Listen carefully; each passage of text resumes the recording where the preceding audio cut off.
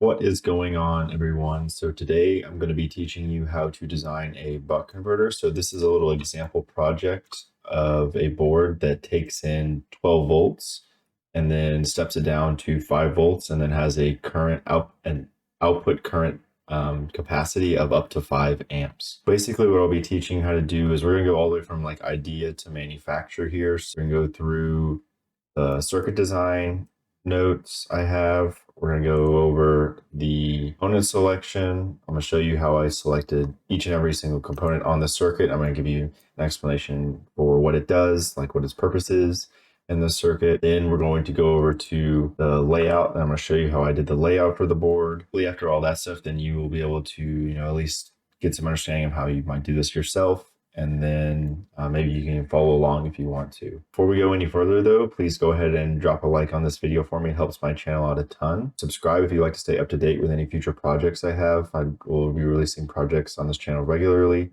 And if you have any ideas for projects you'd like me to do, go ahead and drop them down in the comment section below, because that way I can have some new ideas and stuff like that. I have a ton of ideas of my own, but I just want to hear what you all would like to see. Okay, so the first thing I want to do is go over some project details because they are relevant to the design and operation of our overall circuit. So we'll just kind of knock those out real quick.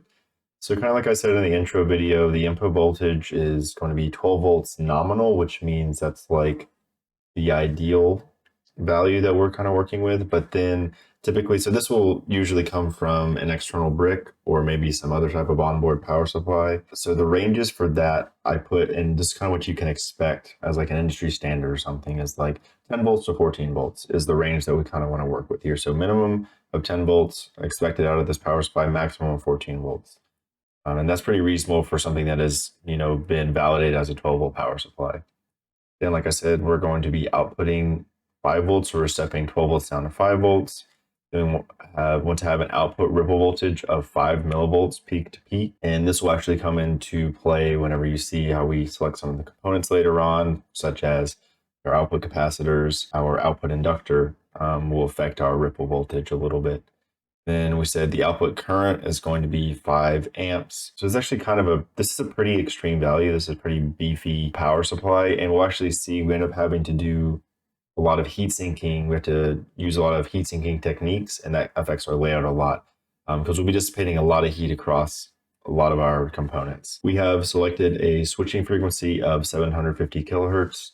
And you might have heard me talk about this on other projects, but switching frequency affects your board. We'll call like some of your board parameters in terms of like solution size or efficiency. There's usually kind of a trade-off there. So higher switching frequency, you can have a lot smaller, like physically smaller components. So your inductor will take up less space because it can be like a smaller value. Same thing with your output capacitor, can be physically smaller, so you can maybe fit it into a smaller case or whatever, so the form factor is smaller, but it's going to suffer in terms of efficiency. So we picked 750 kilohertz for our switching frequency, and this is sort of a middle of the road value, so we're not going to get something that's too terribly inefficient, and it's not going to be too terribly like huge either. And then for the connectors, I just kind of arbitrarily picked. We've used these connectors before. They're just some 2-position Molex connectors that you can just easily plug in, stuff you'd find off the shelf, super readily available. And they're just to have just for the completeness of our board design and stuff like that. And then I guess not mentioned on here is we're going to be making sure we include some mounting holes on our board, because also you've heard me mention that pretty much all PCBs end up getting mounted into some type of protective case nowadays. So just learning how to work with mounting holes, which is not very difficult. It's still good just to practice and be used to them being on there and being used to having to make room for them and understanding, because they do impact the circuit sometimes, especially in terms of safety, if you have them grounded or ungrounded or stuff like that. So that pretty much wraps up every different project details we have for this project. So next up, we're going to be talking about we're going to be going over some of the circuit stuff. Okie dokie. So now we're going to take a look at our schematic, and I'm going to break this thing down from a fundamental standpoint. I have a whole bunch of schematic notes that we're just going to go through. And so, yeah, I think let's just start from the top one. The first one says, the circuit on this page should look more familiar and similar to that of a typical buck converter circuit. So we take a look here, and actually let's just compare it to what I would refer to this as like the buck converter like basic circuit that has all your like critical components on it. So let's just start picking out components. We have Q1, so we see our MOSFET right here. We got L1, which is our output inductor right there. We have an output inductor right there. We have a rectifier diode D1 right here. This is our rectifier diode. And then we even have some output and input capacitors as well, right? So it's these things right here, the output capacitors, and then these things right here on the input capacitors. So you can clearly see on this schematic, all of the circuit elements are there. So it should look like you should be able to match it up kind of one-to-one. And this is compared to if you watch some of my other buck converter design guide project videos, you'll notice how I had to point out like, we don't see, for example, we don't see a MOSFET on the schematic because sometimes manufacturers will put these components inside the chip.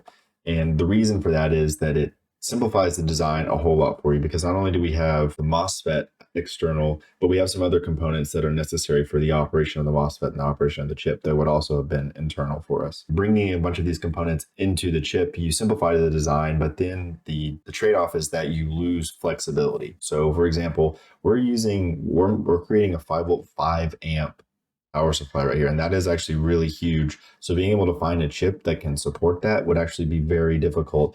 However, finding a chip that when you just have the components external, I can now go and find an individual MOSFET that can handle this. I can find an individual inductor and a diode, right? It gives us a whole bunch of flexibility for our design. And then now in the future, we can actually just swap these components out a little bit. And we can take an old design and just tweak it. And now we can make this 5-volt 3 amps, 5-volt 10 amps, right? So it just makes, there's sort of trade-off here. That's kind of where I want to start with that. So we even have the other note here in our circuit design notes. This is because all the basic components are external and visible on the schematic. Cool. So the next note I have here is U1, which is our buck controller IC. So you've heard me in the past talked about there are 3, we'll call them like types of ICs when it comes to buck. So we'll call them step down converters, right? That is, you have a buck controller, a buck converter, and then a buck module.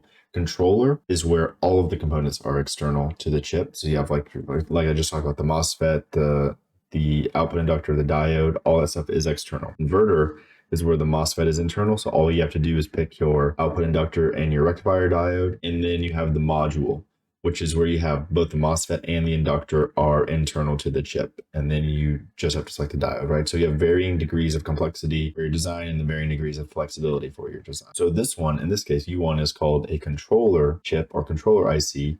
And so this is just a simple computer that monitors the input-output voltage and controls the current through inductor L1. This is the foundation for all modern power supplies. Basically, you'll see these literally everywhere, right? Just like I said, very simple, tiny computers. You see we have a whole bunch of inputs. We have a VN.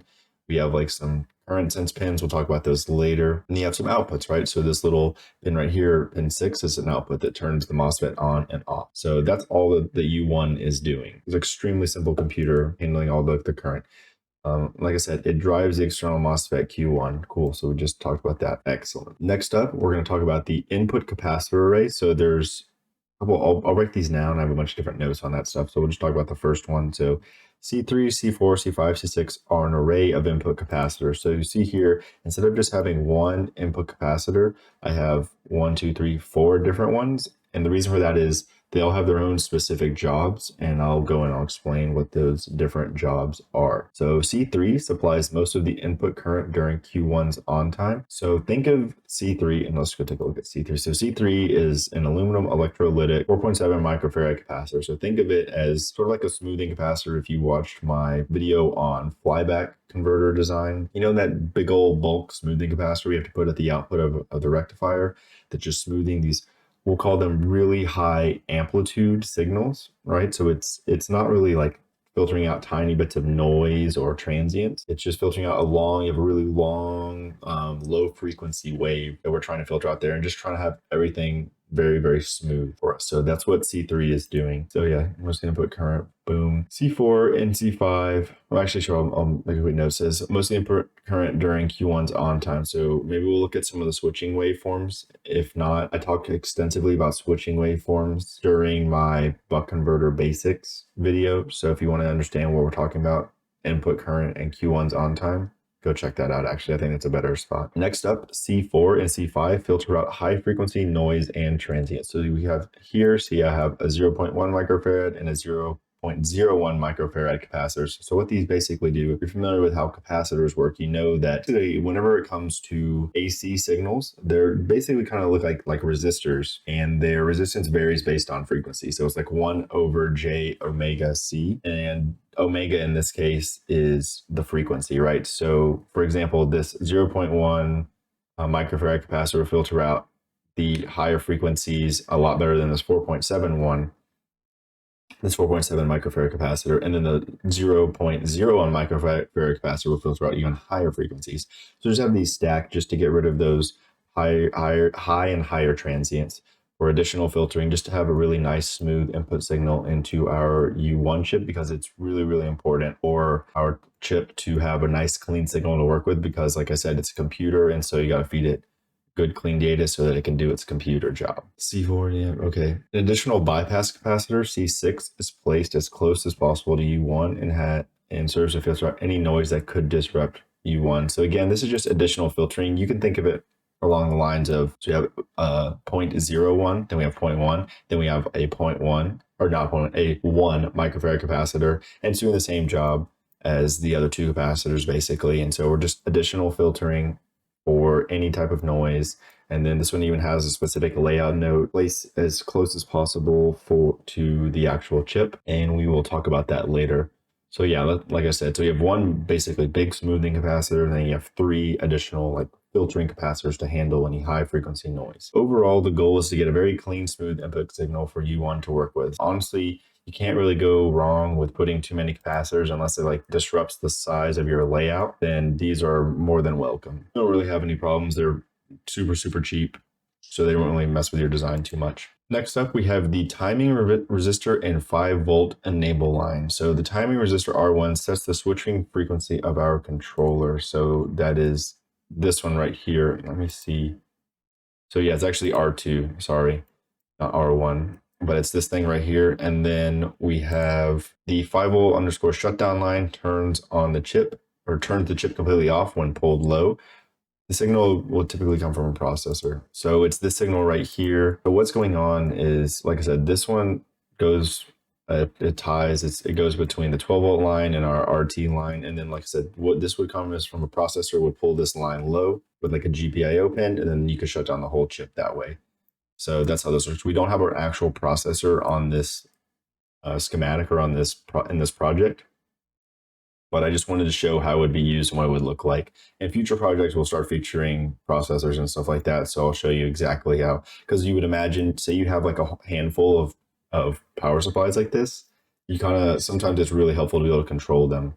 So that's that's functionally how you would do it on the schematic right there. Is this is just like a little port. And then, so I just did like right click, place, and then you just do port, and then boom, you have a port, and that's what that is. Next up is the VCC capacitor. So the VCC capacitor C1 provides surge current for Q1's gate drive. Again, this is not supposed to be C1. I think I renamed my designators after I made these notes, so I'm really sorry. VCC capacitor provides surge current Q1's gate drive. So the VCC capacitor is actually, you know what? It is C1. I messed up. It's totally C1 because, yeah, it's this one right here. It provides the surge current for Q1's gate drive. So if you remember in previous power supply videos, we talked about the bootstrap capacitor, which basically what its job is to provide the voltage necessary to drive MOSFETs. That is what C1 is doing in this case. It's just providing all the necessary voltage in order to drive this MOSFET. And if you're wondering what the current for Q1's gate drive is, I made like 4 videos on MOSFET gate drive circuits. So if you want to check that out, actually I'll link that in the description below. Also link my buck converter basics video in the description below if you want to check those out. MOSFET gate drive circuits, they're just a complex thing. This is all like the bootstrap capacitor from the power supplies done, boom, perfect. The VCC capacitor also filters out noise for the VCC regular. So again, capacitors filtering out noise, that's one of their main jobs. Next up is going to be the current sense resistor and current limit adjust resistor. So that's going to be R1 and R3. Let's take a look at those. So we got this 2K resistor and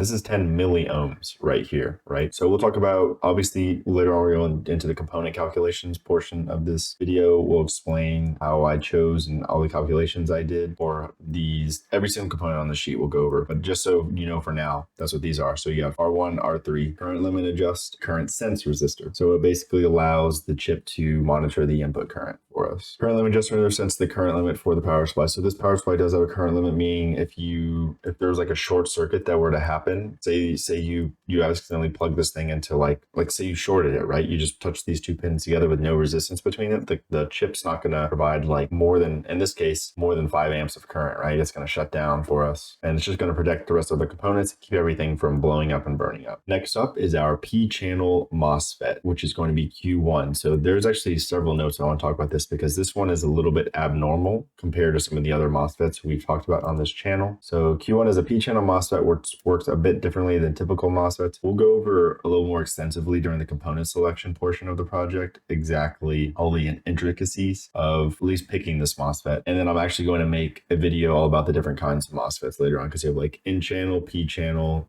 enhancement mode, depletion mode, stuff like that. This MOSFET is wired with the source pin connected to the 12 volt. That's an important note I want to make, because usually the source pin is connected to like the ground side of things, and the drain is connected to the V plus side of things. But in this case, it's backwards. Connected to L1. The MOSFET conducts when VGS is negative. So when you have the gate to source, so this is the gate pin, this is the source pin. So when VGS is negative, so you take the voltage at the gate, subtract from the voltage at the source. Whenever that's negative, this conducts. And we'll talk a little bit more about that too. We're going to go into a deep dive on U1 and explain the inner workings of the chip and how it functions. Give us a complete understanding of kind of how the circuit works. So don't really worry about this too much yet. We'll talk more about it if you're still a little bit unsure. Next up is going to be the rectifier diode, which is D1. So that's this bad boy right here. This closes the circuit when Q1 is not conducting. So if you remember the buck converter basics, let's apply that buck converter basic circuit. Remember, whenever this switch is open, we have a complete way to complete the circuit. So this is when the circuit's closed. This is when the circuit's open. This is the current path that we're looking at, right? And so that's what the purpose of the diode is. If you have more questions on that, check out my buck converter basics video that is linked in the description, or just drop a comment down below and I'll be happy to answer any questions. Minimum ripple configuration. So this is just what we refer to. The minimum ripple configuration is just a collection of 3 components: R5, C10, C11. So we have R5, C10, C11. Now I would say don't ask me exactly what's going on. I copied this configuration from the data sheet, which we'll get into when we do the component selection. And I don't think you need to understand it too much yet.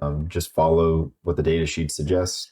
I'll show you how I did the calculations for that. But I think what it does, well, its job actually, I can tell you what it does. If we're looking at it from a circuit analysis standpoint, I mean, we got 2 capacitors in series across this R4 node, and then we have like an RC circuit right here for the output inductor, like this little current loop, and then this current loop as well. So it's kind of complicated what's going on when the switch is open, when it's closed. So don't worry about confusing yourself trying to figure out, like, do some type of in-depth circuit analysis on it. Let's just figure out how to get the values right and make sure that it matches the circuit. I can tell you, so the job of these components are specific to the operation of U1. The datasheet says they are to induce an oscillating signal at the feedback pins. Looking at this, you can kind of see how they connect into the feedback circuit, and then their job is basically to induce, like I said, some type of ripple, because maybe typically this signal is extremely steady. We do a great job with our filtering caps and stuff, so they're like, okay, we can't actually work with that, so the chip needs some type of oscillation in order to work properly, and so we need to introduce it. There you go. Typically what I would imagine is that there is something like this inside the circuit if we have some of the components housed within this chip, but since we don't, I think we see a lot more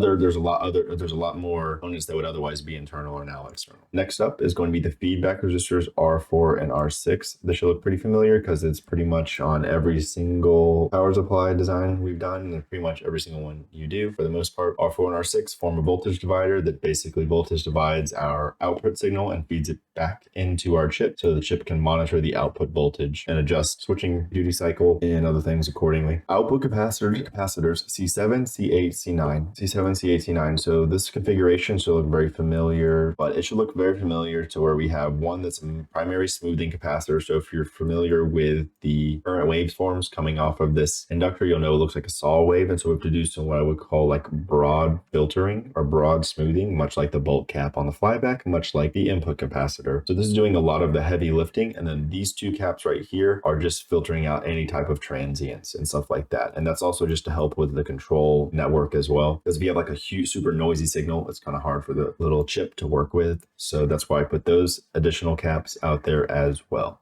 You can never have too much capacitance, but I mean, you can, but like you can't. Okay, so, and I even break it down specifically. So C7 is an aluminum electrolytic capacitor. It does all of the heavy lifting in terms of smoothing the saw wave generated by the switching of the inductor. C8 and C9 are ceramic capacitors to just filter out any high frequency noise and transients. Boom. All right, lastly, we have mounting holes, M1, M2, M3, and M4. So let's take a look at these bad boys up here, right? Remember I said our board is going to feature some mounting holes. We got 1, 2, 3, 4 right here. So that's what these are. So I put them on the schematic, and the reason you do that is, for one, these are actually just like a component I made in my library, and they have a little footprint that is this is literally just what the mounting hole looks like as a footprint. And then sometimes you want to connect these different things to ground depending on where they are in the circuit, depending on safety requirements for your circuit and or device. So it's good to feature these on the schematic. So mounting holes are for securing the PCB inside a case. Hopefully that's very clear to everybody. Sometimes they are connected to ground depending on the application. They are represented on the schematic just to show connectivity. In this case, we just use the ERC not connected. So that's what these little red X's are. And I'll show you how I place that. So you do place, and you do directives, and you do generic no ERC. I don't actually know what ERC stands for, but something, maybe electrical something connectivity. I don't know, but yeah, boom, I just put it right there at the end of the pin. And so it avoids throwing back any errors or anything for us. Okay, so that pretty much sums up everything I wanted to talk about on this circuit. I don't think I really left anything out. I mean, we have our two Molex 2-position connectors, which we've kind of featured on this channel before. They're nothing special. I just arbitrarily picked some just for the sake of having connectors. Other than that, I think we're pretty much ready to go on to the component selection. Actually, what we're going to do is next up, we're going to talk about the inside of this chip. So we'll do a fundamental breakdown of the inner workings of U1 for us, the LM25085. Okie dokie. So now that we just got done talking about all the intricacies of our schematic, I want to focus in on the U1 component, which is going to be our converter chip, or our like switcher, people call it, or our buck converter IC. And that is the LM25085. And then we have this is just the generic number, LM25085. And yeah, these are just specific to the part number. So we're going to break this down. We're going to go into its data sheet. I actually have a bunch of notes that, again, we're going to go over, kind of like highlight some of the key features of this chip. We're going to take a look under the hood and explain some of the mechanisms of operation. And the whole purpose of this is trying to get a good understanding of kind of why we choose the components that we do, like kind of just what they're doing. You know, I want to show you how they interact with the chip and things like. So we'll just go down the list, talk about a whole bunch of things. Yeah, let's just jump right into it. We'll start with the summary and background. So let's take a look at the data sheet first. So the summary and the background is kind of what I looked at to make those notes. I looked at the features and the description. You kind of get, as you do more and more of these projects, you get experience looking at data sheets like this and understand like what information is valuable to pull from. So the first thing I have mentioned is this chip is an asynchronous controller. So the two key terms here are the word asynchronous and the word controller. And if you remember in the last section, I just talked about the differences between a controller, a converter, and a module. And then I said the controller is where everything is external to the chip, right? There's no internal MOSFETs, there's no internal diodes or inductors or anything like that. And then the other key term here is asynchronous, which is, if you remember in my buck converter basics video, let's just take a quick look at this circuit, is that we'll scroll up real quick. So this is referred to as asynchronous rectification, whereas you are rectifying with a diode, as opposed to, if we take a look here, the other way is synchronous rectification, whereas you are rectifying with another MOSFET. So whenever one switch is closed, the other one's always open, and vice versa. So they're never closed at the same time. When we take a look at our chip, this matters. We know it has a diode, and that kind of affects things. So in the broader design meta, you might say that something like maybe heat dissipation or efficiency is affected with another MOSFET here instead of a diode. But we'll talk about more about that as we, develop our design skills and stuff like that. And we'll see the differences, because we'll design a synchronous buck controller as well. That's just an important note to make, is that, say you knew you were looking for synchronous rectification. There's also some EMI problems related to switching. Just these are two key terms that stuck out to me. I specifically looked for these when I was making this circuit. So yeah, like I said, external MOSFET use a diode for rectification. Boom. Cover that. This allows our design to be more flexible with things such as board size and maximum output current. So I kind of talked about that earlier on when I was explaining the circuit design section. Is that yes, our design is more complex. We have a lot more flexibility, where I got to pick this diode from hundreds of other diodes, or not, this MOSFET from hundreds of other MOSFETs, and same thing, diode from hundreds of other diodes. And so I get a lot of flexibility with my design. However, it's just a lot more complicated. It did take me a lot longer. The component calculation section is a bit longer, but that's kind of the trade-off you make whenever you're kind of doing these things. So you kind of decide what you want for yourself. So the next thing up are some notes I pulled from the description section. So this chip can handle an input voltage range of 4.5 volts to 42 volts. So I guess I'll have to make some brief comments on where this range comes from. So I think there's two major places. You have one, the actual physical voltage rating of the internal components. So there might be a whole bunch of transistors in there or some like LDOs or some other things that can only handle up to 42 volts before they just start popping, before they start exploding. So that might be where your upper range comes from. And then the lower range also,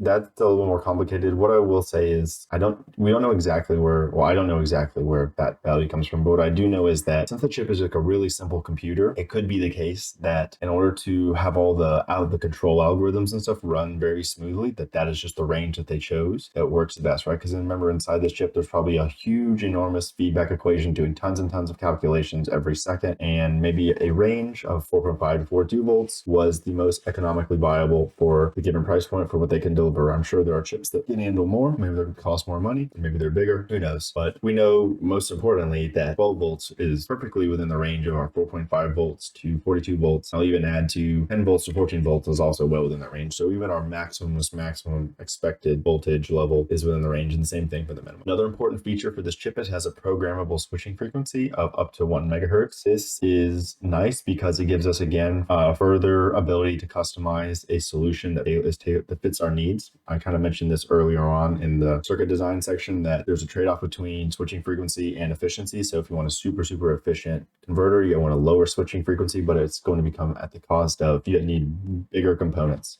So you need a bigger output inductor, bigger output capacitance, capacitors. And so there's kind of the trade-off there. And the fact that they allow you to choose your own switching frequency is just like another dial that you get to tweak yourself as an engineer. So that's kind of nice. It just comes at the cost of, it takes a little, the circuit's a little more complicated because of this as well, though. And then the same thing too, we have an adjustable current limit, which is also a really nice feature to have. And again, it's the same exact story that I'm talking about, is we had to actually we had to solve for these three components here, which affect our current limit for our circuit. And so it's just, again, we have complexity and flexibility, right? So more complex equals more flexible, less complex equals less flexible, right? Just another thing to look for maybe when you're thinking about designing your own buck converter, that these are some things you might want to, think about. And so kind of see how they act in our circuit and stuff. So the next thing I want to take a look at are the pin functions. And I actually want to show you, because I want to show you on the data sheet where I'm getting this stuff from. So most of this information came from like our features and description page. And I don't think I really looked further than that. Then I think for description, we'll scroll down. There's a pin configuration. So this little table, the pin functions table. So I kind of just took notes from all of these different pins. So I think there's like 9 total pins. One is an extra pad that's underneath, and it even talks about, so there's 1, 2, 3, 4, 5, 6, 7, 8. And then this chip has a little pad at the bottom, and this is for heat sinking. Exposed pad on bottom, connect to ground. Like I said, this is for heat dissipation purposes. It might serve some functional benefits besides heat dissipation. I'm not really sure. Doesn't really matter. But let's just go through these tables. And I think I may have some additional notes. So let me just read from my notes here. So the ADJ pin is the current limit adjust pin. Current limit threshold set by an external resistor from VN to ADJ. So here, we can just quickly look at the schematic, I guess. It's like this resistor right here, or it could be this one right here. I don't remember. It's one of these two. Don't worry. We'll get to it though. That's just what that pin does, is it sets the current limit adjust. RT, one-time control and shutdown. An external resistor sets buck switch on time and switching frequency. So like I just talked about, is that the resistor from VN to this value is what sets our switching frequency. And this pin is also what is the enable and shutdown pin. So that's pretty nifty right there. They combine those two. The FB pin is the voltage feedback from the regulator output. So we'll just go back and look at this. So if you see, this is the where the voltage divider line leads into. It's the feedback pin right there. And then the ground pin is ground reference for internal circuitry. All ICs pretty much have this. So this one's supposed to say current sense limit for current limit detection, I think. I don't know why this is. Yeah, so current sense limit for current limit detection, what the I sense. So it's just another thing. The current sense thing is just limit. So this one I think sets the limit, and this one senses the limit, I guess you could say. Then we have the P gate, which is the gate driver output for our MOSFET. So connect to the gate pin of the PFET. So that's what this pin is right here. And you see, so basically this just turns the MOSFET on or off. That's kind of what it does. Well, that's exactly what it does. Then we have the VCC output of the negative voltage regulator. Connect a low ESR capacitor between VN and VCC. So VCC, so this is more of like some operational internal stuff. Like I mentioned, this capacitor provides the voltage necessary to drive our MOSFET. And then it also has a filtering role it plays. And then so we'll take a look under the hood and we'll see exactly kind of where this goes. And we have a functional block diagram right here. So VN input voltage, place a low ESR bypass capacitor between VN and ground. We talked about that already in the circuit design notes, where we have that whole array of capacitors doing the capacitor things. EP is an extra pad for heat dissipation. So that pretty much covers all of the pin functions for us. Let me know if you have any questions about kind of how this stuff works. Drop a comment down below. I'll be more than happy to answer it. Now, moving on. The functional block diagram. This is honestly one of my favorite parts looking at these chips, because you get to see on the inside how they work, and you kind of get a glimpse into, because it's really cool, because actual electrical engineers design the insides of these chips, and so they're working with air amplifiers and op amps and logic gates and all that stuff, which I think is super cool. But I just want to kind of show you what's going on here. And so yeah, so we'll kind of just start with the VCC pin. So if you see the VCC pin, it goes literally straight to one of the negative voltage rails for the MOSFET, and you see the VN one. I think I'll talk more about this in the component selection section, but this might be a good time to kind of mention. So the way this PFET, if this is confusing to you, you're like, okay, there's a VN and there's a VCC. So that means we have VN is in our case 12 volts, or we have VCC, which is in that case, it was supposed to be a negative voltage rail, but we'll talk about that in a second. What it's basically saying, if you kind of know how this works, if you're familiar with other chips, as we've taken a look at the inside of other chips, the voltage at the gate of this PFET is either 12 volts, which is VN, or it's VCC, which in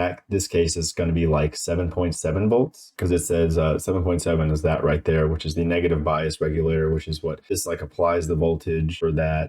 So this circuit's a little bit complex, so don't really worry about it. So this is basically what I want you to see here is that VN is either toggling between 12 volts VN or 7.7 volts. That's kind of what's going on right there. And we'll talk more about how you're like, that doesn't make any sense to me. Well, how does that work in the context of a PFET? That's because PFETs work differently than MOSFETs and stuff like that. So we'll go into that in excruciating detail in the component selection section. So don't worry about that at all. Just know that that's really helpful to know, because this is way, way different than any other stuff we've ever done. So super, super helpful. Then let's just kind of go on down here. We have the current sense value, which is both going into current sense value directly going in here, but then it's also being compared to the current sense adjustment value. So these two are being compared, and they're going in, and that goes into some type of central logic device. So gate logic controller right there, which feeds into some other type of gate. So it's really cool. So you see where both the current sense value is coming from, and then you see where the current limit adjustment value, so this is a value that sets our current limit. This is the value that reads the actual current itself. And those are both getting compared, getting sent to their central logic block. Then we have VN. So what's kind of neat is, here's what's going on is, so VN is not only going into here, but let's take a look on the schematic, is that VN is both, in fact, let me get rid of this for you, because I want to make this like extra clear, is that this 12 volt line is right there.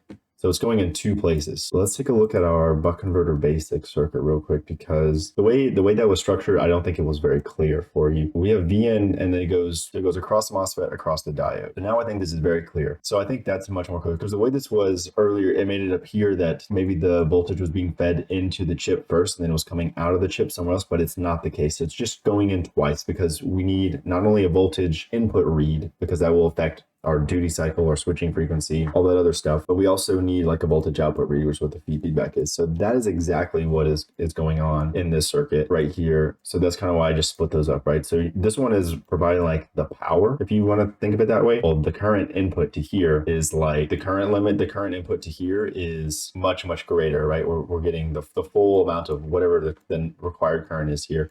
And honestly, what this really should be is, we'll take this, and then we'll call this like, because it should be like 12 volt, and we'll put it 12 volt underscore F for filter, because really that's what this should be, because otherwise schematically I could connect this pin all the way down here, and they don't want that. So that's kind of what this could look like right here. So after it goes through all its filtering, then you can drop it across our MOSFET. But I just wanted to make this very clear that based on, if you look at the inside of the chip, the voltage on the input is purely for reading purposes, and then this one is for the actual power purposes. Hopefully that's very clear there. Then we have some other features, like we have a soft start. All these voltages come from LDOs. So 0.73 volts comes from an LDO, 1.25 volts comes from an LDO. So, and then there's a thermal shutdown. So this is an important thing too. A lot of these chips, like we said, we talked about heat dissipation. It's going to be a huge theme coming up in component selection.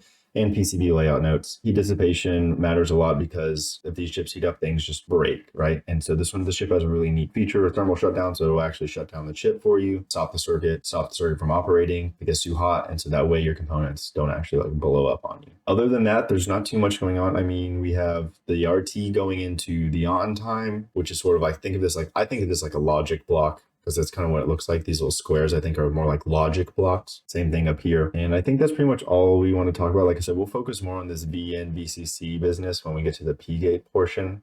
But yeah, I think hopefully this was super helpful to kind of see the inside of the chip, kind of what all the interworking mechanisms are doing. And hopefully that kind of helped you understand the circuit a little bit better. And also whenever it comes to looking at other chips, right? I think being able to understand what the block diagram is telling you is super important. Okay, so now let's talk about selecting all the components for this circuit. Now, the data sheet actually has a little section in it.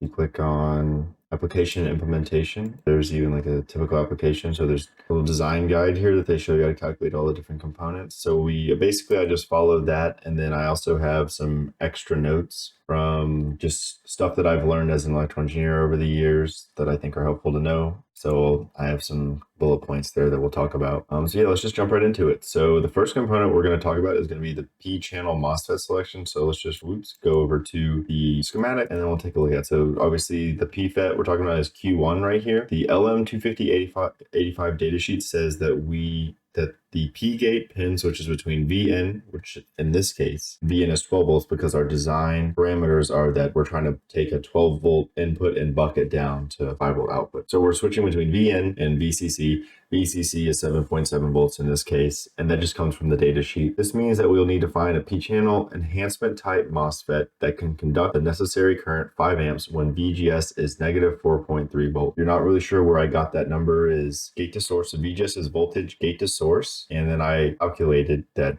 the gate to source value is 4.3 volts. So where I got that from was 7.7 minus 12. Now, if you're wondering how did I know to set up that equation, the answer to that is looking at the way the schematic is. So we're talking about, remember, voltage gate to source. So we do the voltage at the gate minus the voltage at the source pin. And the way this MOSFET is wired in this circuit, we have 12 volts up here, right? So 12 volts is going to be at this pin right here. And then this one is going to be 7.7 volts. So 7.7 volts minus 12 volts. So the voltage drop from the gate to the source is negative 4.3 in this case. And if you look at the data sheet, we'll take a quick look at the data sheet for the PFET because there's some additional stuff I wanted to talk about. And I'll actually go over a video of understanding why, like what a P-channel enhancer type MOSFET is. So don't worry about all that stuff. The stuff you need to understand is that what the gate to source voltage value is, and then looking at the data sheet for central MOSFET candidate and understanding whether it should be able to conduct 5 amps or not. The main parameters that we care about here are voltage drain to source, ID max, and then RDS on. We also care about turn on, turn off time because it affects other parts of the design. So that comes from later on down in the data sheet. So we'll talk about that when we get there. I think VDS should be rated to handle VN, which is 12 volts with some margin for ringing and transient. So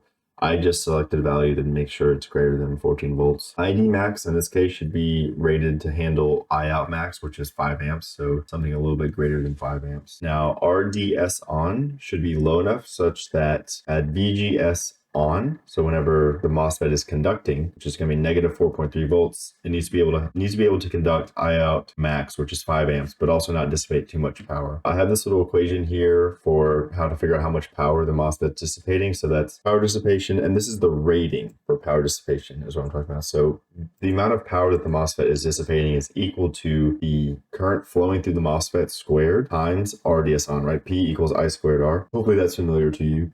We get RDS on from the data sheet, and then that is RDS on at negative 4.3 volts. At negative 4.3 volts, gate to source, we're equal to 100 milliohms. So that's when we plug these in, we get roughly 5 watts is what we're dissipating. And so our PFET needs to be able to dissipate more than 5 watts of power.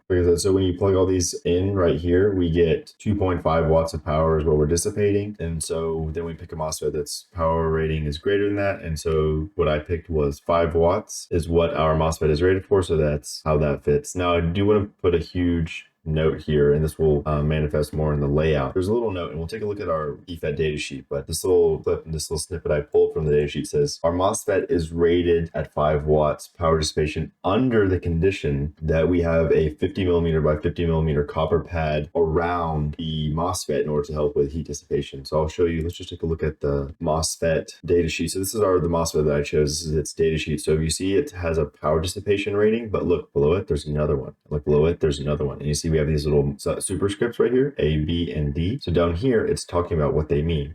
So look at just A, for example. For a device mounted on a 50 millimeter by 50 millimeter by 1.6 millimeter FR4 PCB with high coverage of single size 2-ounce copper in still air conditions. So it's laying out the conditions under which this MOSFET can handle the amount of power that is right here. So it says, for example, its power limit is 4.24 watts. So as long as we follow these instructions, the MOSFET can dissipate 4.24 watts. So that's why I made this component's only going to work if we do these things. And so we got to make sure to do them, or else we'll talk about more about that when we get to the layout, but that's just kind of how that whole process went. And like I said, I'm going to make more videos. I'm going to make a video later on talking about MOSFETs more because it's kind of complicated. And I just wanted to get from point A to point B in terms of how I actually picked the MOSFET without breaking down all of the stuff you need to know about MOSFETs and PFETs in this video, because this is more of a project guide. I'll make a separate video later. So don't worry about that if you're a little bit lost on PFETs and MOSFETs and stuff like that. So actually just want to recap this to make sure we're clear, is that so VDS, my selection was something over 15 volts, and then ID max was something over 5 amps. And you've heard me talk about this in some other projects as well, that you want to get, as you design more and more stuff, you get a feel for what an extreme value is. And so my little tip for when it goes into selecting stuff is that finding a MOSFET with a voltage drain to source rating over 14 volts is very easy. Finding a MOSFET or PFET with an ID max rating above 5 amps, that is not so trivial. That's more of an extreme value. That's more of a limiting parameter that's gonna reduce your selection size the most. So start out with this as your first parameter that you filter into the search window, and I think that'll help you out with your search for MOSFET. So that's pretty much everything I think I want to talk about for the PFET. Like I said, if you have any questions that you want addressed when I make the PFET video later on, or the MOSFET video later on, drop them down below for me, and then I will make sure I answer those when I make that video. And then I just have, so lastly, I have turn on and turn off delays. So I just made a note of these because they are important for designing the MOSFET. You just need to know, like, the turn on delay is 3.5 nanoseconds for the MOSFET we chose. Turn off delay is 35 nanoseconds for the MOSFET we chose.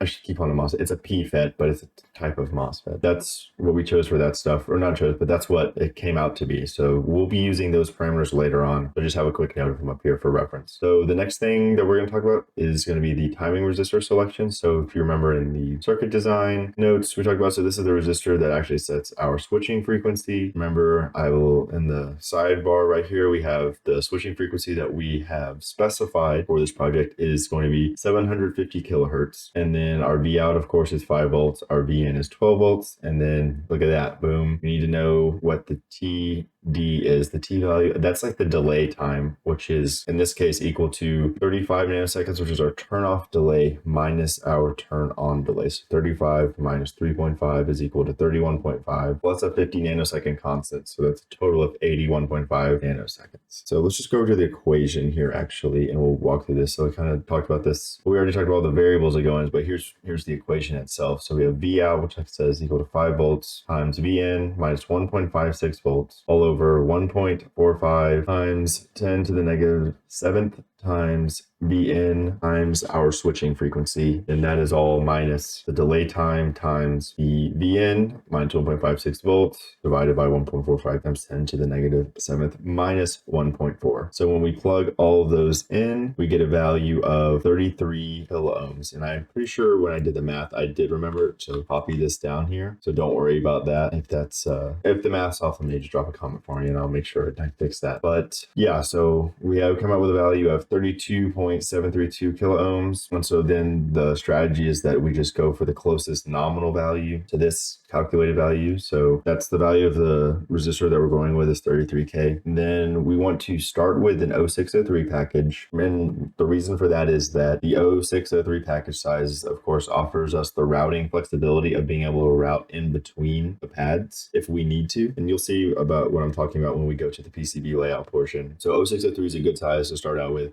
It's not too big, so it's small enough where it still gives us maneuverability and placement flexibility, but then it's not too small where we lose the routing flexibility. So it's kind of a best of both worlds. And also when it comes to actually, if you're trying to test a board, it's not too small where you can't actually, solder stuff physically in the real world, where it's still easy enough to work with. So I think it's a really good package size for that reason. So I think starting out with it is okay. And then if we see problems with our solution size or something, then we'll worry about adjusting it later on. So 0603 is always my go-to package size for any surface mount component. Like most, I guess you could say resistors, capacitors, because like inductors or other components like diodes and stuff don't really have an 0603 package, but so you know what I'm talking about. Then we have a 1% tolerance is a good one to pick. Now, maybe if you're for whatever reason, your project needs a really, really precise switching frequency, then shrink that tolerance down to lower. But like I said, this is really good working tolerance. And then of course, last but not least is power dissipation or the power rating. Just make sure it's rated to handle, I chose 1/10 of a watt.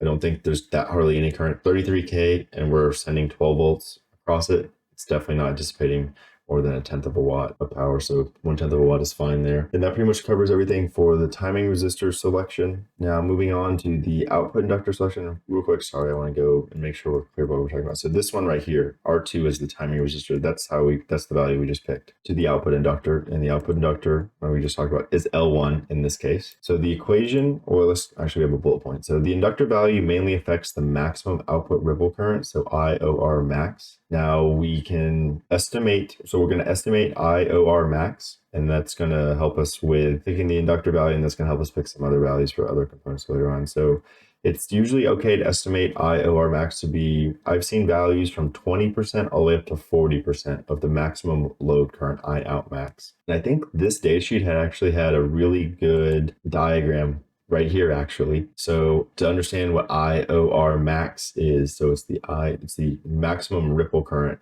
So here's IOR, I output rectified, I think is what that stands for. Not really sure. Or I output ripple, sorry. I think I output ripple is what that is. So the maximum ripple is just this peak to peak value right here. So say this value is 5 amps, and then your I output ripple, say it's 1 amp, and the highest current that your inductor will see is 5 plus 1/2 output ripple. So it's 5 plus 0.5, which is 5.5 amps. So that means the peak current right here, I peak, is 5.5 amps. And that's just example I just gave. So we estimated IOR max to be 20% of the maximum load current. So I out max times 20% equals 5 times 20% equals 1 amp. The equation they give for solving for the inductor value is T on min times V in max minus V out divided by IOR max. 381 nanoseconds times, so when you plug in those values, 14 volts minus 5 volts divided by 1 amp equals 3.429 microhenry. We go to the closest nominal value, which is 3.4 microhenries. At 3.4 microhenry, the actual IOR max is 1.01 amps. So what we're doing is we're going to use these actual values, and those are going to cascade over to some other component selections that we have to pick. I will do a quick, let me do a quick explanation of some other stuff for some parameters. If it tells me, okay, so the package size I used for this inductor is 10 millimeters by 10 millimeters. I did a little bit of research. If you take some time and do some digging,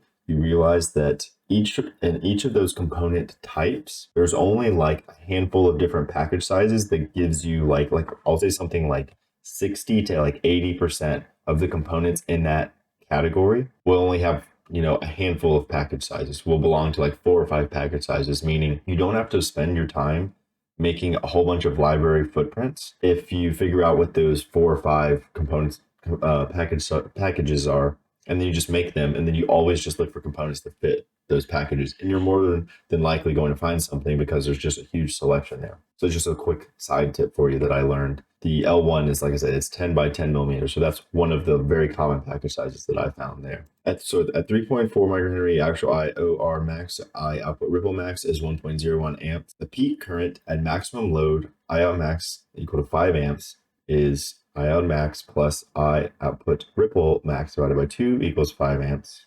So it's basically, like I said, it's equal to 5.05 amps. 5.505 amps is the maximum current that the inductor will have to experience. You need to make sure that the inductor saturation current is greater than I peak. So the inductor saturation current rating is basically at certain current levels, the inductor stops being an inductor. And so you need to make sure that it's always an inductor throughout your current ranges, basically.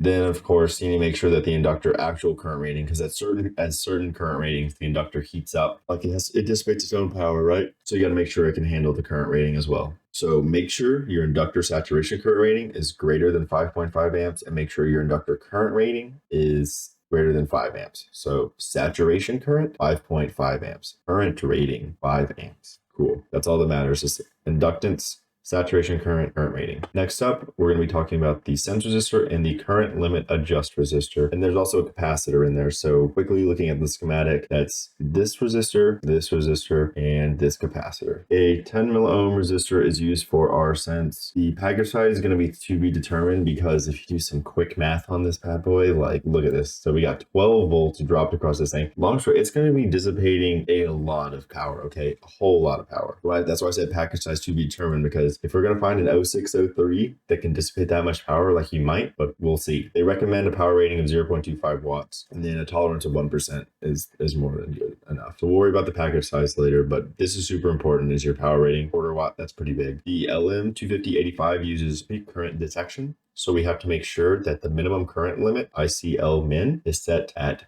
I peak is equal to 5.05 amps. So the data sheet kind of gets a little confusing with these terms. Maybe we'll go look for, if you're following along in the data sheet, I want to make sure we're clear on that. So they start ICL nom, ICL max, ICL min. So what these three equations here are doing is they're just trying to account for variability in your components. And so that way, at the worst case scenario, like they don't want your current limit to be triggered below what your actual power supply is supposed to be able to handle. So that's why they're giving you these different values for you to calculate. At 5.05 amps, the voltage across our sense is 10 milliohms is equal to 55.05 millivolts, right? We just did a V equals IR, right? Very simple. At a comparator, offset of 9 millivolts equals 64.05 millivolts is equal to 6.41 amps is what our current limit threshold is kind of set at. And then we're going to use that value to figure out our adjustment, current limit adjust resistor value. Real quick, I just want to recap. The data sheet just straight up said, okay, make R3's value 10 milliohms. And now we're going to use that in conjunction with your desired current limit to solve for this value right here. And so this value is that resistor right here, that's this equation right here. So R adjust is equal to ICL times R sense divided by 32 microamps is equal to 6.41 amps times 10 milliohms divided by 32 microamps. So we get a value of 2.003 kiloohms. That is, find the closest nominal value. Now, we know me, I like that 0603 package. We got 0.1 watt power rating, 1% tolerance. We know the drill. Then they also just kind of kick in a side notice, a value of 1000 picofarads, which is going to be 0.001 microfarads is used for C80J. Just help stabilize the values right here and filter out any noise on this line. So yeah, so they basically straight up just told us this value needs to be 1000 picofarads. They recommend, 0603 package for this capacitor, X7R material, that's type of ceramic capacitor, and then 50 volt voltage rating if possible, and it's absolutely possible. So that covers the sense resistor and current limit adjust resistor, and then the current limit adjust capacitor as well. So we just finished talking about these three components right here. Now on to the output capacitor selections. Output capacitor that we're talking about right now is just this C7. The others two I just added, and that's from like experiential knowledge. And so they're always going to be just 0.1 and 0.01 microfarad. First equation we get is for the capacitance of our output capacitor. And so that's going to be equal to the output ripple max divided by 8 times our switching frequency times our ripple voltage. And let me see if in our project details,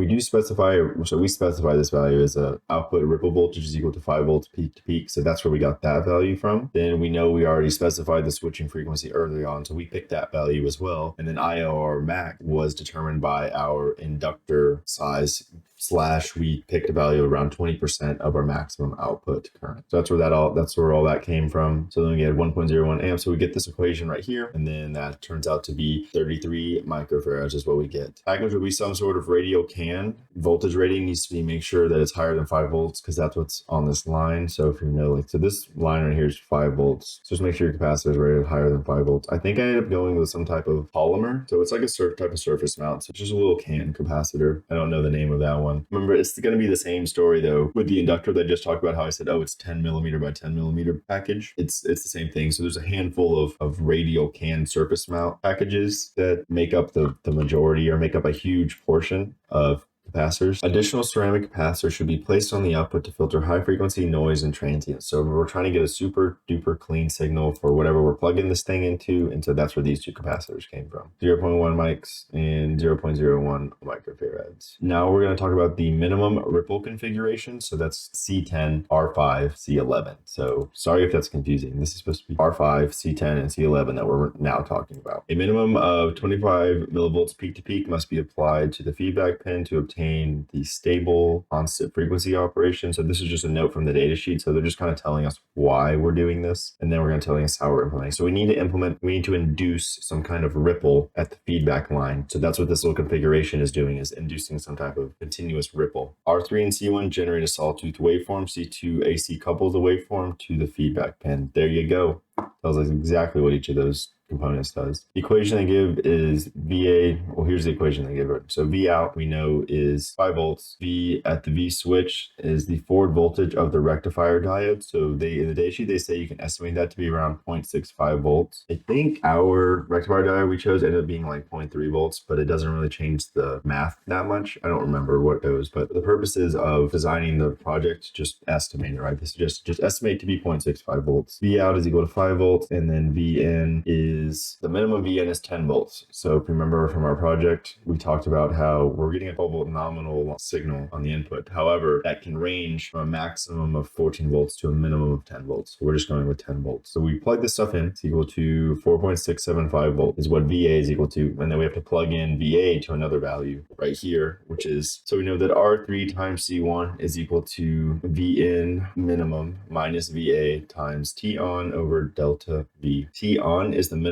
on time at maximum input voltage. So this comes from the data sheet. And that value is 0.4 microseconds. Delta V is the ripple voltage, and that comes from the data sheet, which they're specified to say it needs to be 25 millivolts. So we plug those values in. So we get 10 volts minus 4.675 volts. So then we know that the product of R3 and C1 is equal to this value. And so what you typically do is you just arbitrarily choose a value. So just choose R3 to be 10K is what we did. You know the drill. We got 0603 package size. We want 1% tolerance, and we want 0.1 watts power rating. So whenever you choose R3 to be 10K, C1 is equal to 8.52 nanofarads, and then that's roughly the same as, and so that's the exact value, and then the nominal value that we're going with is 8,500 picofarads. So I just converted to picofarads, and then we also just chose the closest nominal value. So just using a ceramic 0603 package, 50 volt if possible. Ceramic is the same thing as the X7R. That's a specific type of ceramic. And then the data sheet just says pick C2 to be 0.1 microfarads, and then we'll do 0603 ceramic 50 millivolt, same as the other one. Works well. Don't change it, you know? All right, next up, we're going to talk about the input capacitor and bypass capacitor. The input capacitor supplies most of the input current. So the input capacitor in this case they're talking about is C3, right? So this is the input capacitor, and the bypass capacitor is C6. These are additional capacitors that I added. It makes the power supply work a little bit better. The input capacitor, like I said, supplies most of the current. So here's the equation. We have Cn plus C bypass is equal to I out max times T on max divided by delta V. Delta V is the allowable voltage drop during the on time. From the data sheet, we got this value, just 0.5 volts. And it's more like this is like an industry standard here. 5 volts times 0.4 microseconds divided by 0.5 volts, and that's 4 microfarads is what we got. So 4.7 microfarads is what we put, and then they used a 5 microfarad electrolytic capacitor used for Cin, and then a 1 volt or 1 microfarad ceramic capacitor selected for the bypass. So I just went with that for bypass as well. X7R material, 0603, 50 volt rating for the input capacitor. Next up is the rectifier diode selection. That is D1 right here. So that is the component that whenever the switch is open, it allows the inductor to, it closes the current path, the return path for current for the inductor. They recommend using a Schottky diode, and that's what a lot of modern power supplies are recommending, is just because they have a very low forward voltage, and so it just increases power supply efficiency, because the rectifier diode is one of the components that gets hot as well. So typically you have your MOSFET, your inductor, your rectifier diode, and then also the chip itself are the 4 major components that get really hot. Sometimes the output capacitor will get pretty hot too because the ripple current is high, but those are the 4/5 components that you got to worry about getting hot for your power supply. The parameters we care about when we are choosing a rectifier diode are V reverse max, current rating, and forward voltage. And I say forward voltage with it because I just talked about it. It's more of an efficiency / heating type thing. So it's sort of like, depending on your power supply, it matters. Depending on your power supply, it might not matter at all. We want to make sure that V peak reverse max should be rated to handle VN max. In this case, VN max is 14 volts. So just make sure that the peak reverse voltage, or the reverse voltage of our diode, is greater than 14 volts with a margin for overshoot and transient. So I would even say, like, you can jump that up to like 20 for mine. It's 50 volts, right? And like I said, that's really easy value. This is a tiny value for reverse max. So 50 volts is, like I said, I easily found a 50 volt one. Current rating, on the other hand, this is what I'm talking about, getting a feel for extreme values. 5 amps, pretty extreme value. Make sure that our current rating is set to handle the 5.5 amp peak current and the 5 amp continuous max current. So let's just see what I chose for my diode. My diode is rated to handle only 5 amps. So that's more than enough.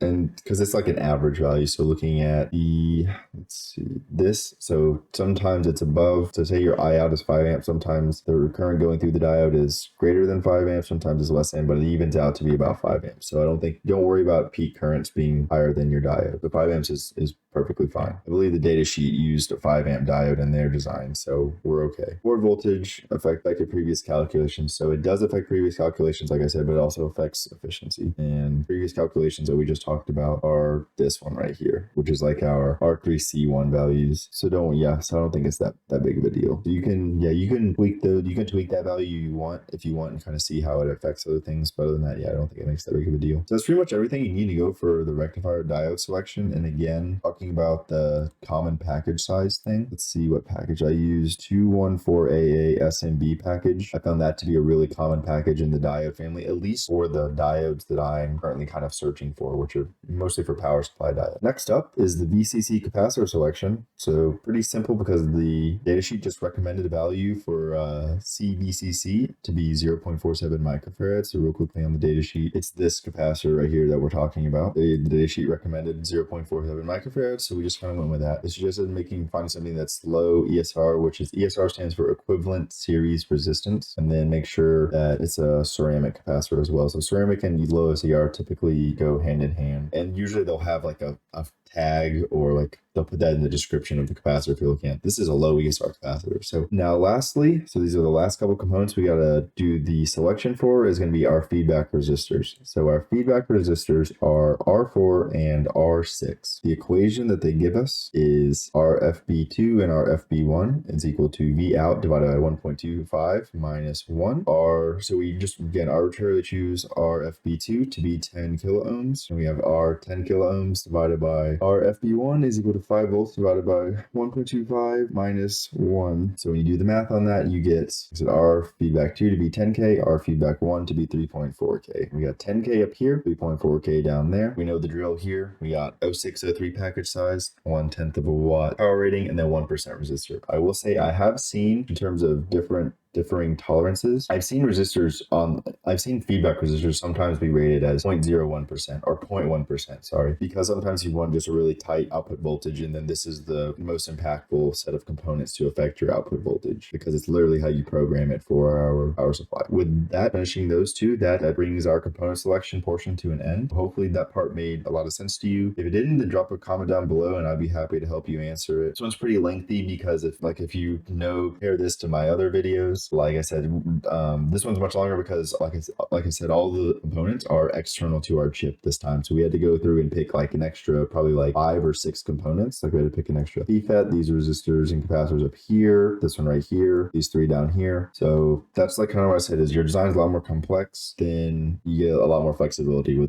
get a lot more options to choose from, kind of the trade-off there. And this, hopefully we kind of saw this, hopefully this was exemplified here. So yeah, next up, we're going to be talking about the PCB layout notes for the project. Alrighty, so now that we're finished up with the component selection portion of the project, we can move on to the PCB layout. Well, as before, I have a bunch of PCB layout notes, so we're gonna go over and then I'll just show you, we'll go to the actual layout in Altium. I'll just kind of talk about it. So let's just jump right into it. We'll go to layout mode and then we'll just run through it. First thing I want to start out with is talking about just some general board notes, because when we start doing more complicated projects, then these will kind of matter a little bit more, because right now they're mostly like default settings in Altium. Like we're using very simple, like 2-layer board, 1 ounce copper. The dimensions came out to be 3.1 inches by 1.5 inches. And we'll kind of talk about how I arrived at that value. There wasn't any like strict parameters or constraints I put on myself. Usually you'll have a more definition from like a mechanical team or something to give you board dimensions that you can work with. In this case, we did not. So we just kind of picked some based on some boards I saw on the internet and stuff like that. In fact, actually, TI has an evaluation board that I looked at, and theirs was 3.1 inches by 1.5 inches. So that's kind of what I went. Lastly, or not lastly, but next is we have 4 M2 mounting holes. So that's what we talked about whenever we took a look at the schematic. It's not the schematic. The schematic, that's what these 3 things are. And I chose M2, which is just the size of the screw. It's just a reference to the diameter of the screw to be M2 because it's an incredibly small board. So you don't need these huge, robust screws to hold this thing down. But mounting holes are definitely important for layout. The overall, like general considerations I made for this board can be fit into 3 major categories. So we have electrical performance, EMI, which is electromagnetic interference. And electromagnetic interference is actually really important. There are strict safety and performance guidelines that your product must meet. So EMI is always and this is for everything that you ever design as an electrical engineer ever, always has to pass EMI. So it's always at the forefront of thought when it comes to designing your board and designing the circuit and stuff. And then lastly is heat dissipation. Power supplies are known for this specifically. If they get too hot, a lot of these chips actually have thermal shutdown features to avoid damaging themselves. So basically your power supply will just shut down if it gets too hot. So that's pretty much everything I want to talk about for general board notes. We'll just take a quick look at like the PCB again, just so you can kind of see. So this is kind of what it came out looking like. Like I said, this was the 3.1 inches by 1.5 inches. You can see all the 3D models of the components I placed here. So here's our 2 connectors. Here's our output inductor. Here's our smoothing capacitor, C7. So we'll kind of go and compare them, I think. So C7 was a big electrolytic cap right here. L1 is this one right here. Then we have our rectifier diode is D1 down here. Q1 is the MOSFET, which is this one right here. Then we have U1, which is our chip, which is right here. Then if you remember C4, C5, C6, and C3 actually, those are our input capacitors. So C3, C4, C5, C6. We have R2, R1, C2. R2, R1, C2 is this little network up here. So it's our current sense adjuster, and then there's also a current limit resistor, a current sense resistor and a current limit resistor, sorry, and that's R3 right here. And then C1 is our VCC cap right here, so I put that one right there. Then we have R5, C10, C11. If you remember, that's the minimum ripple configuration components down here. And then lastly, we have R4 and R6. So R4, R6, which is our voltage divider for the feedback. I put them right here. So yeah, there you go. That's like a broad level overview of kind of where all the components, and then C8, C9, which are more caps on the output. So that's I think it's a good broad level overview just to kind of get an idea of where all the components are on the board. And now we're gonna go through my notes and I'll tell you why I put them where I put them. So let's pop over to the 2D layout view so you kind of see all the different layers. And let's start out with component placement. I think it's a good place to start. So I have them kind of color coded here some of my notes, which kind of explain why I did what I did. So you'll see them, like I said, broken down into 3 categories. You have EMI, electrical performance. And electrical performance just means mostly to getting a good clean signal where it needs to go. And then we already talked about EMI and heat dissipation, so we know what that is. So the first note I have for component placement is the data sheet will provide some guidelines typically. So that's a good place to start when you're doing your layout. Let me see if I have it. So this is a good layout example, right? So I kind of use this as a starting point, kind of saw where they placed all their different components. And then they also provide a bunch of really good just bullet points here, or usually a paragraph for several that kind of talk about what you need to focus on when you do your layout. And then I have written the notes down according to what I kind of did. And I also referenced them, looked at some reference designs. And then I also just kind of drew on my past experience with doing other PCB layouts. Second bullet point is keep CN, our input capacitor loop. So CN in this case is C3 for us. So C3 right here, we'll even pop over to 3D view. Keep the C3 loop, D1 and Q1. So keep the C3, D1 and Q1 loop small. So the C3, D1, Q1 loop it wants us to keep that small. Now keep in mind, we'll talk about this later on, but these components are also going to get really hot. So you can't really bunch them up as close as they physically can go, because that would just be a heat dissipation nightmare. So I ended up kind of putting them roughly as close as they could be to each other without causing any heat dissipation problems. So that's kind of where those ended up. The reason we want to keep it super small though is that this loop is one of the main contributors to radiated and conducted EMI. So luckily I would say this is it's not an electrical performance issue if they're too far apart, which is pretty good, because EMI sometimes you can find other ways to mitigate it, and we'll talk about that later. But just know that this, if your loop ends up being too big here, then you're going to probably fail EMI. Just keep that in mind right here. So like I said, keep C3, D1 and Q1 the loop. And when they say the loop, they just mean the current path. We look on the schematic, you'll see how C3, D1 and Q1, C3 is way over here, so how the current is going to flow through D3 and Q1 here. They want to keep that loop like the pathway, the current pathway through these components needs to be as short and small as possible. So maybe I can show you on the layout what exactly they're talking about here. So how it comes through, and then it'll go through our chip, and then it goes through Q1, and then eventually it'll go through D1. So we just want to keep those as close as possible. Hopefully that part made sense. We're talking about we'll talk about these individually, but it says place components as close to associated pins as possible. So this is referring to, I even made that note. So we'll talk about C3, C4, C5, C6. So that's our input caps. So the general guideline it has is associated pins. So these pins are associated with a VN pin. I took these 4 pins, I guess you could say, and I put them as close to the VN pin as I could get them. So on the layout, you have C3, C4, C5, C6. VN pin is right here. This is the VN pin, pin 8, 12 volts coming in. So I try to put them that's about as close as you can get them. So that's where I put those right there. Next is R2, R1, R2, C2, and those pins are associated with this one right here. So they're associated with the VCC pin and the adjustment pin, or the ADJ pin. So let's look. So we have R1, R2, C2. R1, R2, C2 is they're associated with. So in this order, the way I have it done is C2 is this one right here. Then R1 is this one right here. So it kind of goes in order. So this one's to the far one. This one's to the middle one, and then this one is to the close one. R1 and C2 are associated with pin 1 right here. And we'll take a look at the schematic just to verify. So our R1, C2 are associated with pin 1. VCC is associated with pin 7. And then so we have these two both going into pin 1, and then this one R2 goes into pin 2, and that's how that goes. R2 is pin 2 right here. That's the timing resistor. So I lined those up this way, and then I just took it and then I just routed directly to it. And we'll talk about routing in a minute. So that's kind of how I laid those out, and those are just hug them as close as possible together. Next up is R6 and R4. R6, R4, so the pin that they are associated with is pin 3. Now I need to connect one of these to ground and the other one to 5 volts, which is the output. So there's kind of like a trade-off there where I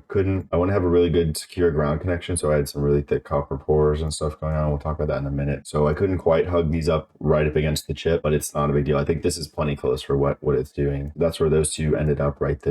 And the reason for this is they just talk about electrical performance as having a nice, good, clean signal. Specifically, look, I talk about C3 and C6. I have those underlined because those are of particular importance. And we'll go back and look at C3 and C6. So C3, like I said, is our input capacitor, and C6 is our bypass capacitor. So let's go to the schematic again real quick. So C3 is our input capacitor, C6 is our bypass capacitor. And always, always, always, your bypass capacitor goes as close to this chip as possible, because the way it kind of works in real life is these capacitors only have like an effective area that they kind of work on. So it's not just like you stick a capacitor on one trace and then like 12 inches down the board, it's like perfectly crystal clear and filtered because you have the one cap on that line. As you distance yourself from the capacitor, its effectiveness diminishes. You want to get the best filtering performance out of your capacitor. You got to place it as close as possible to whatever it is you want to be filtering. And in this case, we're trying to be filtering stuff around our U1 chip, right? Our LM25085 chip. So we want to put C6 as close as possible. And then C3 also is the same exact scenario because the purpose of C3 is to clean up the signal going to VN. We want to have the smoothest signal. So again, the same thing we're talking about effective areas. Your signal right at the node of C3 is probably going to be extremely smooth and stable. But as you distance yourself from C3, you're probably going to see more and more rip. Placing it as close to its associated pin will make it the smoothest possible signal you can get. So that's kind of what they're talking about there. Next bullet point is ensure ample room between heat sensitive components. So there's, like I said, there's kind of a trade-off between keeping this tube small and doing this. And that's why I use the reference design, because pretty sure the reference design has already been validated with EMI concerns. I would use that as a guideline for like how far away I can space my components and stuff like that. But it's also really important to understand which components are our heat sensitive components. And in this case, we have L1, U1, Q1, D1, and then C7. Let's just go to the layout and talk about those again. Actually, you should know kind of what they are. Like we have Q1, D1, L1, C7 is our output cap, and then U1 right here. So these are these 1, 2, 3, 4, 5 components are the heat sensitive components. We'll talk about the methods we use to keep them cool during operation as well. These components all tend to dissipate a lot of heat. Failure to properly cool could lead to catastrophic failure. Catastrophic failure, I mean, it's just, they call it like thermal shutdown. It's too hot and your power supply just literally stops working. In this particular case, these components will get exceptionally hot, so further heat sinking techniques will be used during layouts. It's not just enough to space them out. We also have to use some routing and like copper port techniques that I'll talk about specifically in order to keep them cool. See Q1 datasheet for copper port instructions. So if you remember, and I think I still have the datasheet pulled up, this datasheet, remember we talked about the different little superscripts that specified how much power this Q1 could dissipate. And so it's really important to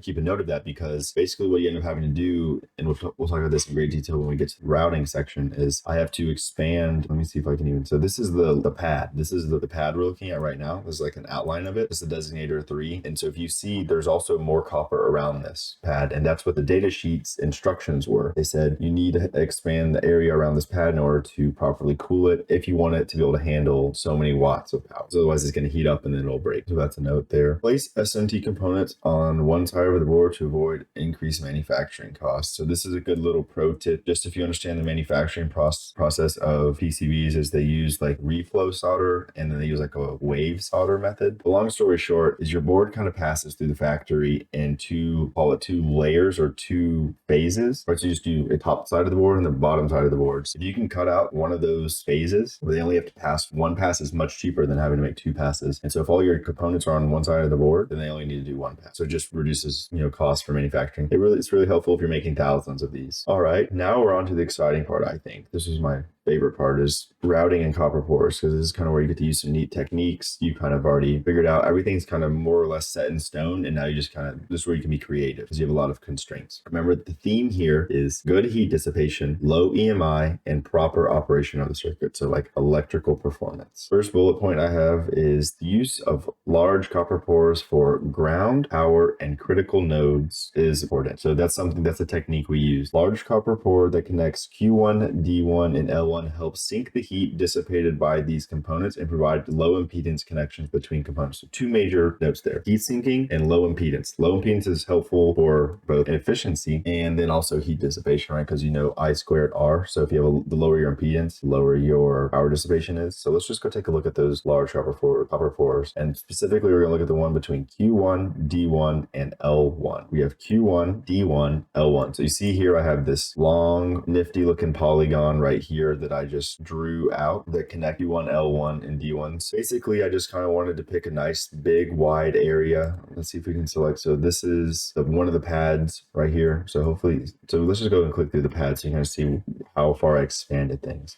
So this is the pad for L1. We've already clicked on the pad for U1, and then here's the pad for D1. Okay, and then everything else beyond that is a big old copper pour. Let's see if we can select I made a bunch of different copper pours to bubble this thing together. So that was one of the copper pours I made. So here's one of the big old copper pours I used. But this isn't really important how you form the red polygon, as long as you just have one there. I just made sure we had ample space for heat dissipation. I just want to make it reasonably big. I kind of just had as much space as I had to work with is kind of what I wanted to use there. And so that's kind of where I ended up. Don't worry, we'll talk about these vias later on when we get to the vias section of this. This is the first major copper pour we used. And then we have really thick traces going to, because basically what happens is these all have to be connected here, right? And so instead of what we'll call an amateur layout specialist might do, is you could just run a trace, right? A single trace from here to here to here, and it would technically still be correct, but it wouldn't be effective, right? It'd get super hot, it would be really inefficient, because you're also pumping, you remember, you got 5 amps going through these components right here. And then we have a nice thick trace going from here to R5. And remember, let's take a look at R5 and see what this is. R5 down here is the one under our output inductor. A ground plane was run on the top layer to provide a short pathway to ground, and then a ground plane was run under U1 to help with heat dissipation. So remember, it said our components of concern in terms of heat dissipation, one of them is U1. So running a big old ground plane or copper pour underneath this that was connected to ground was super helpful for heat dissipation. And then this note here, I labeled it so it's a blue label, which means EMI performance. So let's take a look at the bottom layer. So the bottom layer is just one big old ground plane. I have a couple signals routed that we'll talk about. So a nice big ground plane